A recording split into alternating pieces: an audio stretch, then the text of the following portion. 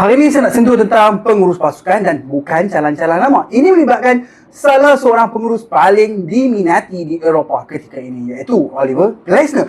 Menurut maklumat yang saya baca daripada sumber yang boleh dipercayai, mengatakan bahawa Glasner telah membuat keputusan untuk tidak menandatangani kontrak baru bersama Crystal Palace. Perbincangan memang ada, prosesnya sangat panjang, tapi keputusan akhirnya sangat jelas. Ini bukan soal duit, ia lebih kepada projek Hala 7 Club dan idea-idea untuk projek masa depan. Apa yang buat cerita ni lebih menarik lagi, Glasner sebenarnya sedang melakukan kerja yang sangat luar biasa di Crystal Palace. Dalam tempoh setahun, dia berjaya memenangi 2 trofi bersama Palace, sesuatu yang jarang dan cukup istimewa untuk klub tersebut. Walaupun Crystal Palace kehilangan beberapa pemain penting dan skuad mengalami berbagai perubahan, prestasi pasukan kekal stabil. Trofi tetap sampai ke Selhurst Park. Sebab tu, simpan cerita ni baik-baik. Dalam beberapa bulan akan datang, bila kelab-kelab besar Eropah mula mencari pengurus baru, nama Oliver Glasner hampir pasti akan naik ke permukaan media. Bekas juara Liga Eropah bersama Eintracht Frankfurt, kini berjaya di England.